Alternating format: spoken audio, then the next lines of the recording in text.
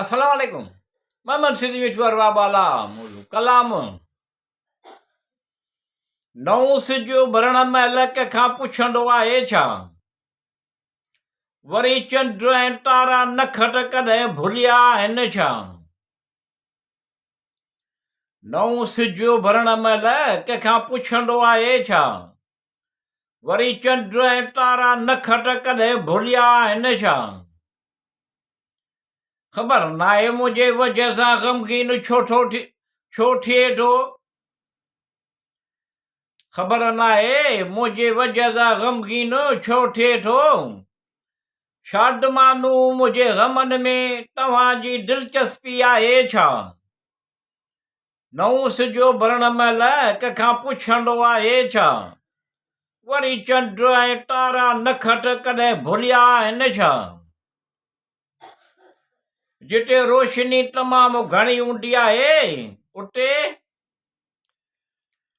जिते रोशनी तमामु घणी हूंदी आहे उते तक़रीबन पटकनि जा ढेर लॻा पिया हूंदा आहिनि छा? नौ सिजो भरण महिल कंहिंखां पुछंदो आहे छा? वरी चंड ऐं तारा नखट कॾहिं भुलिया आहिनि छा? तोखे लॻे थो तूं मुंहिंजो आहीं पर मुंहिंजो कोन आहीं। तोखे लॻे थो तूं मुंहिंजो आहीं पर मुंहिंजो कोन आहीं। मोहबत करण वारी दिलि मोहबत घुरंदी आहे छा?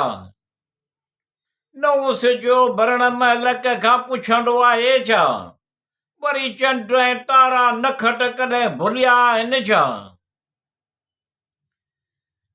यकीन केतिरो बि करी तूं मुंहिंजो कोन आहीं जंहिं ते महिरबानियूं।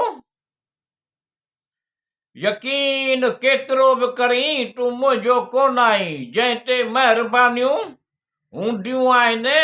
इहो कहिड़ी बि दौलत घुरंदो आहे छा? नौ सिजो भरण महिल कंहिंखां पुछंदो आहे छा? वरी चंड ऐं तारा नखट कॾहिं भुलिया आहिनि छा? मिठू मुंहिंजी मोहबत जवान रहंदी सदा रहे। मिठू मुंहिंजी मोहबत जवान रहंदी सदा रहे। सदा रहंदी मोहबत बका अधूरी थींदी आहे छा?